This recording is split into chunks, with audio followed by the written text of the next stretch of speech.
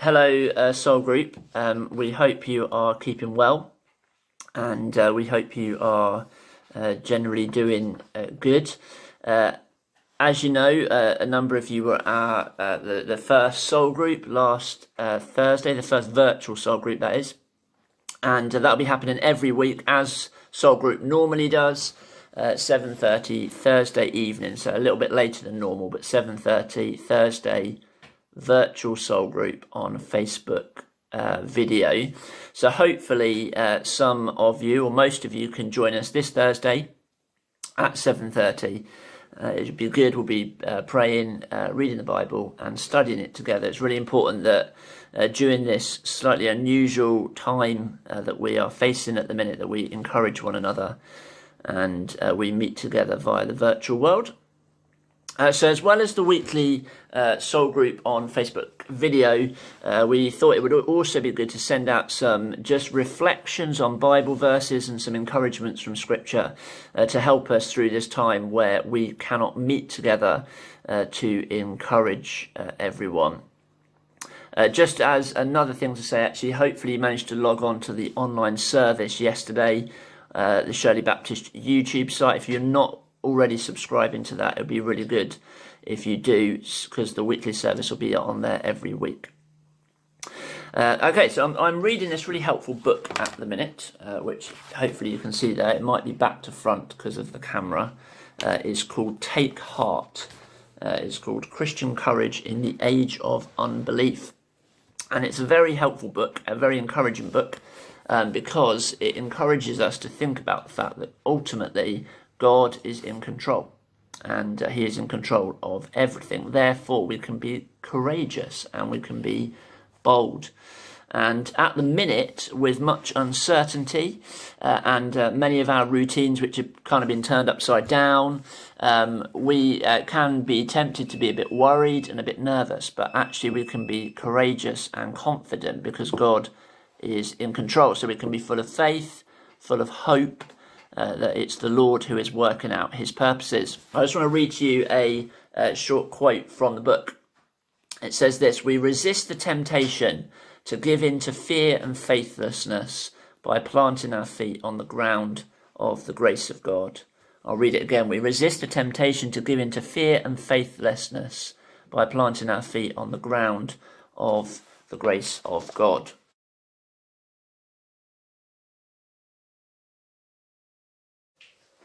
So in other words, we can rest on the grace of God, the amazing undeserved favour of God, the fact that he is good. We can trust him and we can rest in him.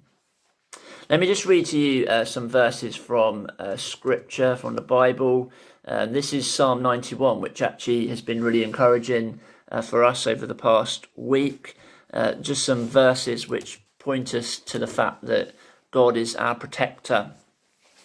Psalm 91, just the first two verses. "Whoever dwells in the shelter of the Most High will rest in the shadow of the Almighty. I will say of the Lord, he is my refuge and my fortress, my God in whom I trust."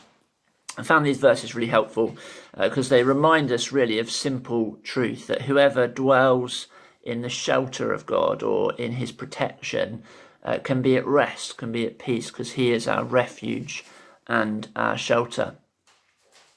Last summer we went on holiday to Scotland, some of you know that, and we drove up there. It's a long way, and so we decided we would stop halfway roughly in York City in the north of England. And so we had booked to stay in a bed and breakfast for a couple of nights, and the bed and breakfast was quite central in the city. It was almost in the middle, and there was no parking whatsoever at the bed and breakfast. But the other bad thing was you couldn't even park on the same road that the bed and breakfast was on. So we had to pull up outside, unload our suitcases and our bags, and then we had to drive off and find somewhere to park. And we couldn't park on the next street or the next street, and we ended up a little way away, and we found somewhere where we could park.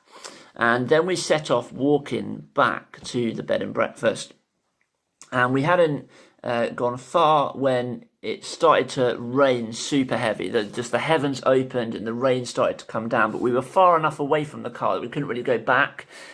So we kind of thought, well, we better press on.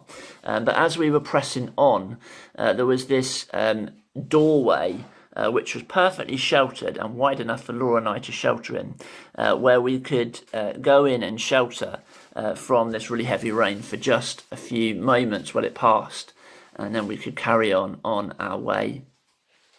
Well, God is our refuge from fear and from worry, not from rain, which is fairly trivial, but from fear, from worry, from lies. It is God that we can find security and safety and hope and peace. And even with the worry and the unrest that surrounds us at the minute with the present coronavirus pandemic, we must remember, as verse 1 of Psalm 91 tells us, that God is most high.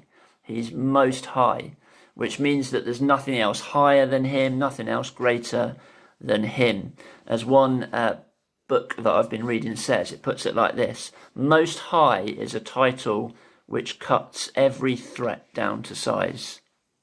So God is most high, bigger than the biggest problems that we face, and most certainly bigger than the coronavirus. So we can be encouraged that God is our refuge, our shelter, and that he is most high. He reigns over it all.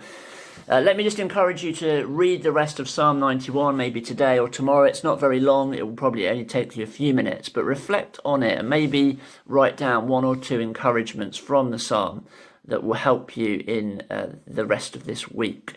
And Soul Group, hopefully we'll see you 7:30 Thursday evening on Facebook video.